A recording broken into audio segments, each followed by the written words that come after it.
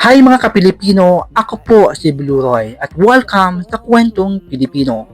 Ang makakasama natin ngayong episode ay nagmula sa Makati, ganap ng engineer at aktibong naglilingkod sa Diyos sa pamamagitan ng kanilang ministry. Mga ka-Pilipino, karangalan ko pong ipakilala sa inyo, Engineer Peter Mansibang. Peter, welcome to Kwentong Pilipino. Hi. Thank you for inviting me here. Actually, it's my first time Okay. na ma-interview. I hope maging maganda yung usapan natin and matuto yung ating viewers. Okay. Engineer Peter, bilang pagbubukas ng ating usapan ngayon, kumusta po kayo? Kumusta ang inyong pinagkakaabalahan? Well, I'm totally fine naman. So ngayon, after kung makapasa for licensure examination for civil engineers, ngayon, in-establish ko yung business ko. Although sobrang small business pa lang niya. Pero at least, consistent. Ayan. Unlike before kasi, pinagsabay ko yung business, review, trabaho, and especially sa ministry din. No? So, struggling talaga. But praise God kasi for allowing me to pass the board exam. And so, mas makafocus ako sa small business ko, saka sa ibang pwede pang maging sideline. Okay. Bago ka naging lisensyadong engineer, ano po ang pinagkakabalahan niyo dati? Before, ang pinagkakabahan, marami. Isa na doon yung hobby ko, paggawa ng kape. Ayan. And actually, business ko rin siya. And I also do biking or cycling. Mahilig din ako mag-bike, ganyan. Natigil lang for a while kasi may nangyari. Pero yan, sa mga hobby ko. Also, sports, volleyball, and basketball. Marami. Marami. Okay. So, medyo health conscious tayo, no? Dito sa ating sarili. Sobra. So, ayun. Okay. Peter, kumustahin ko? Kumusta yung kabataan? Kumusta yung pagiging batang Peter? Ano ang typical na ginagawa mo? Growing up, kasi malaki ang aming pamilya and yun, masaya kasi growing up may mga ate at kuya ko, sila yung mga kabanding ko before, and also laki rin ako sa Imus, Cavite. And hello dyan sa mga kababata ko sa Mercris. So, napakasaya ng childhood ko, playing with them, growing up with them, di maalis ng tawanan, asaran, away, tampuhan, mga ganyan.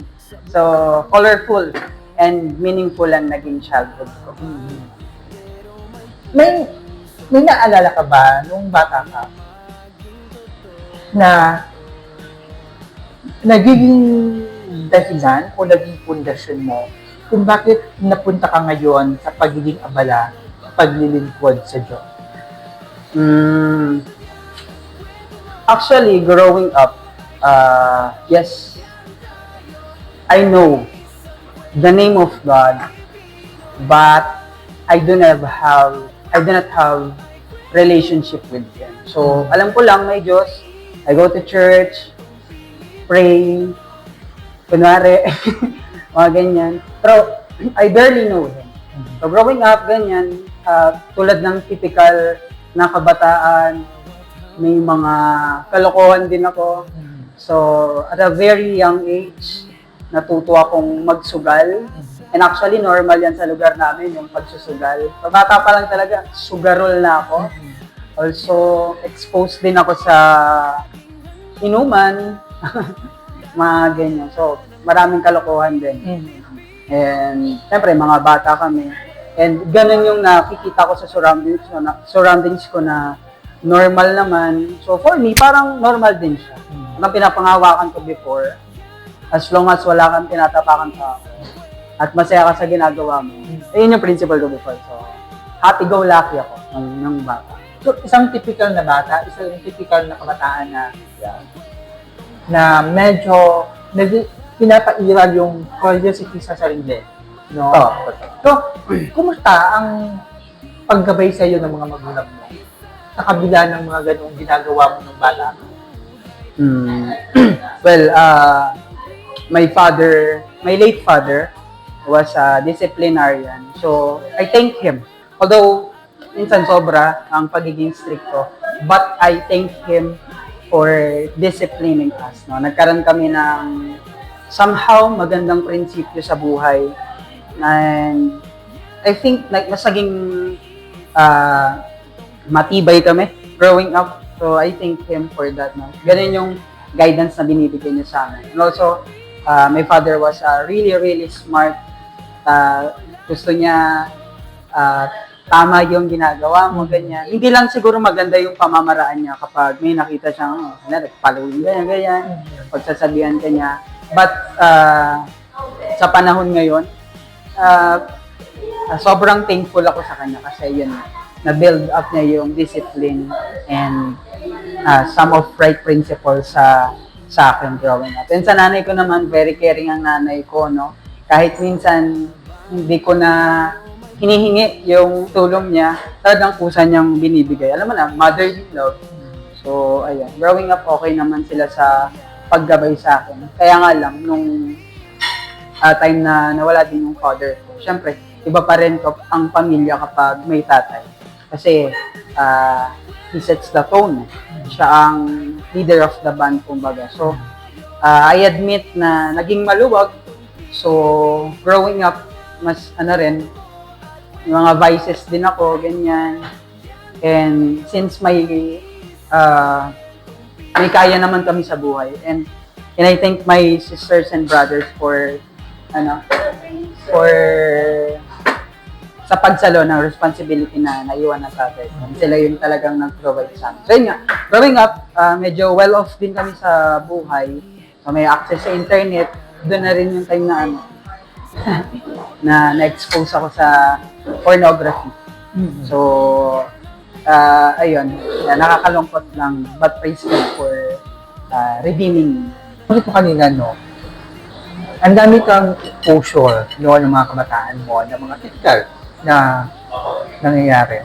Yeah. Kapag binabalikan mo yun, ngayon, na naiintindihan mo lahat ng unawaan mo na mali yung mga nagawa mo nung bata ka, ano ang nais mong sabihin sa mga batang yung pinagdaanan mong ginagawa mo ay ginagawa din namin?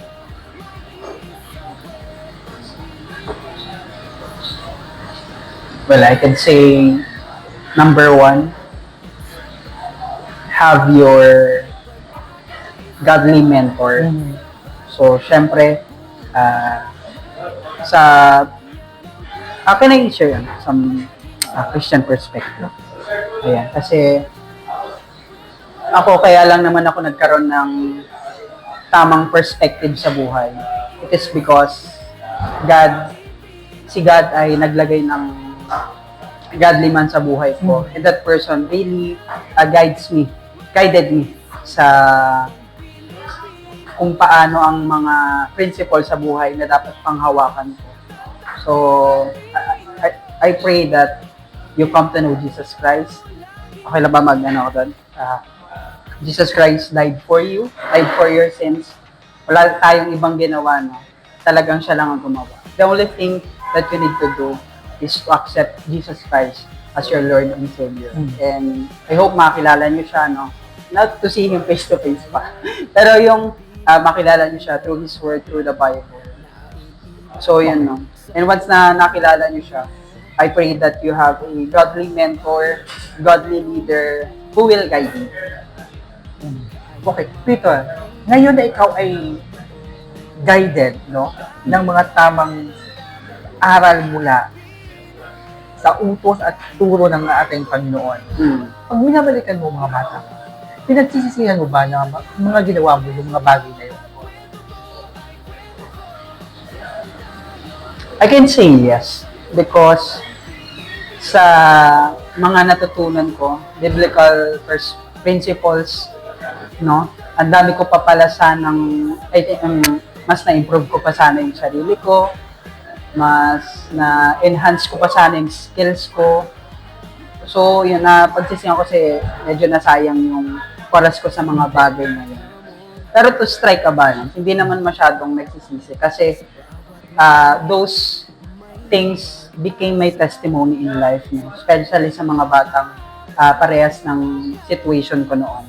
Like porn addiction, gambling, alcoholic, ano pa, liar, mga ganyan. So, hindi ka naman siya masyadong pinagsisisihan. Pero tinitingnan ko siya bilang testimony kung gaano naging mabuti ang Diyos sa buhay ko at kung paano niya ako ni-redeem mula sa pagkakaroon ng sinful life. Yan. Okay. Sa mga panahon na pinagdadaanan mo mga ganon, yung pagka hilig mo sa gambling, sa mga pornography, and patuloy na pagsisinungaling, nasaan ang mga magulang mo ng mga panahon mo?